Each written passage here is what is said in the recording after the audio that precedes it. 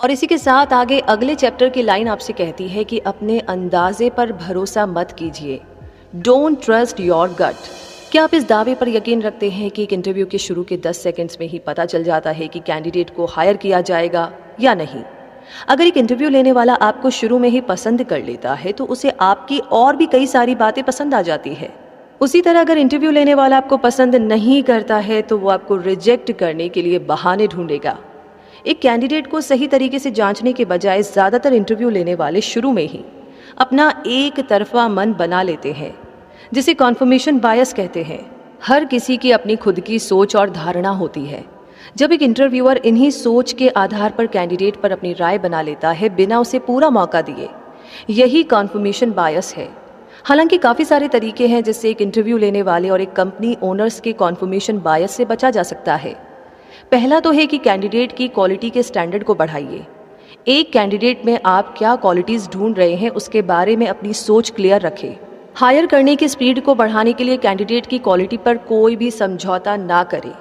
दूसरा है career sites और प्रोफेशनल लिंक के द्वारा खुद ही कैंडिडेट्स ढूंढें। तीसरा है बिना कोई पक्ष लिए, बिना किसी के साइड लिए कैंडिडेट्स को आप टेस्ट कीजिए। कैंडिडेट्स को असेस और टेस्ट करने के बहुत सारे टेक्निक्स हैं। आप इन कैंडिडेट्स को उनके किए हुए काम का सैंपल मांगिए, उनके कॉग्निटिव टेस्ट लीजिए और फॉर्मल इनफॉर्मल इंटरव्यू लीजिए। स्टडीज से ये पता चला है कि एक ही तरीके के असेसमेंट करने के बजाय बहुत सारे असेसमेंट्स को मिलाकर कैंडिडेट्स का टेस्ट लेना बेहतर होता है। आखिर में इन कैंडिडेट्स को आपकी कंपनी ज्वाइन करने की वजह दीजिए, रीज़न बताइए। आप यही चाहेंगे कि आपकी कंपनी के साथ उनका पहला एक्सपीरियंस बहुत ही यादगार रहे। गूगल से रिजेक्ट हुए 80% लोग अपने दोस्तों को गूगल में जॉब करने के लिए अप्लाई करने के लिए कहते हैं, तो फीडबैक देना भी बहुत ज़रूरी है। इसीलिए गूगल में इंटरव्यूअर कैंडिडेट के जवाबों को लिख लेते हैं ताकि वे अच्छे कैंडिडेट्स की पहचान कर सके। वैसे गूगल में इंटरव्यू लेने वालों में सिर्फ मैनेजर्स और एग्जीक्यूटिव्स नहीं होते हैं, टीम के पुराने एम्प्लॉयज़ भी कैंडिडेट्स का असेसमेंट लेते हैं। इसी से यकीन होता है कि गूगल अपनी कंपनी में बेस्ट लोग ही लेते हैं जिनमें टॉप परफॉर्मर बनने का पोटेंशियल होता है। 2011 में आर्च बिशप डेसमंड टूटू ने 80 साल पूरे करने पर अपने जन्मदिन पर भाषण देने के लिए दलाई लामा को इनवाइट किया था। दलाई लामा और आर्क बिशप टूटू दोनों को नोबेल पीस अवार्ड मिले थे। उनकी मीटिंग हिस्ट्री में एक इम्पॉर्टेंट वाकया बनने वाली थी, लेकिन चाइनीज गवर्नमेंट ने बीच में आकर अफ्रीका की गवर्नमेंट को दलाई लामा को वीजा न देने के लिए मना लिया। दलाई लामा अब इस भाषण में शामिल नहीं हो सकते थे, जिससे आर्च बिशप टूटू को बहुत ही दुख हुआ। उस टाइम गूगल में नए आए गूगलर लॉरेन ग्रोव्स ने अपना पहला प्रोडक्ट गूगल हैंगआउट को लॉन्च किया था। लॉरेन ने दलाई लामा और आर्च बिशप के बीच गूगल हैंगआउट के द्वारा मीटिंग करवाई, जिससे हजारों मील दूर होते हुए भी दोनों ने एक दूसरे से आमने सामने बात की। ये टेक्निक इस सेलिब्रेशन का हाईलाइट था और गूगल ने इसे न्यूयॉर्क टाइम्स में एडवर्टाइज किया। तो ये नए गूगलर लॉरेन की पहल थी, जिन्हें कंपनी को ज्वाइन करे हुए सिर्फ 5 दिन हुए थे। है ना कमाल की बात? वैसे एक और कमाल की बात है जिसके बारे में सोचना बनता है, और वो बात यह है कि सभी परफॉर्मेंस मैनेजमेंट क्यों नापसंद करते हैं और हमने इसके बारे में क्या किया। मतलब why everyone hates performance management and what we decided to do about it. आइए जानते हैं। हमारी पूरी जिंदगी हमें अपनी परफॉर्मेंस के बेसिस पर रेट किया जाता है। कंपनीज भी अपने एम्प्लॉयज़ की परफॉर्मेंस को रेट करती ही रहती है। इस परफॉर्मेंस को इवैल्यूएट करते रहना बहुत ज़रूरी होता है, क्योंकि इससे एम्प्लॉयज़ को पता चलता है कि क्या वे कंपनी के और खुद के पर्सनल गोल्स को हासिल कर रहे हैं या नहीं।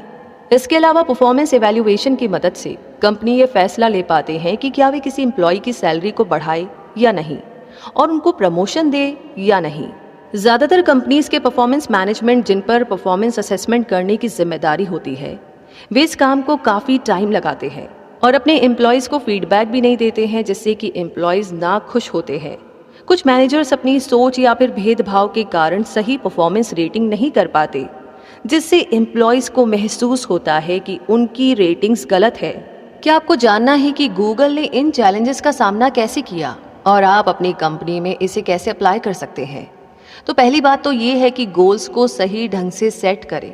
सभी एम्प्लॉयज़ को इन गोल्स के बारे में बताइए और हर 3 महीने में लैरी पेज OKR यानी कि ऑब्जेक्टिव एंड की रिजल्ट को सेट करते हैं और सभी एम्प्लॉयज़ को अपने OKR से गूगल के OKR से मिलाना होता है। इसमें ऑब्जेक्टिव तो लंबे टाइम वाले गोल्स होते हैं, जबकि की रिजल्ट्स छोटे छोटे गोल्स होते हैं जिनकी हेल्प से आप उन ऑब्जेक्टिव्स को हासिल कर सकते हैं।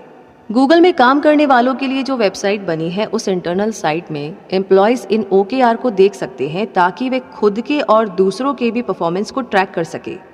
दूसरी बात यह है कि साथ काम करने वालों से फीडबैक लीजिए। सिर्फ मैनेजर से ही नहीं बल्कि टीम के दूसरे मेंबर्स से भी आप फीडबैक ले सकते हैं। टीम के सारे मेंबर्स को एक दूसरे की परफॉर्मेंस को रिव्यू करना चाहिए। तीसरी बात आती है एक कैलिब्रेशन प्रोसेस रखनी चाहिए। इस कैलिब्रेशन प्रोसेस में मैनेजर्स को एक साथ बैठकर सारे एम्प्लॉयज के रेटिंग्स पर विचार करना चाहिए। इससे बायस भी खत्म हो जाती है और परफॉर्मेंस मैनेजमेंट प्रोसेस भी बेहतर तरीके से काम करती है। और आखिर में एम्प्लॉयज के साथ परफॉर्मेंस रेटिंग की बात करते हुए रिवॉर्ड और डेवलपमेंट की बातों को अलग अलग ही रखिए। आमतौर पर गूगल के एनुअल परफॉर्मेंस रिव्यू नवंबर में होते हैं और उसके अगले महीने ही सैलरी के बारे में डिस्कशन होता है। ये इसीलिए क्योंकि गूगल का भरोसा है कि डेवलपमेंट और रिवॉर्ड एक दूसरे से बहुत अलग बातें हैं।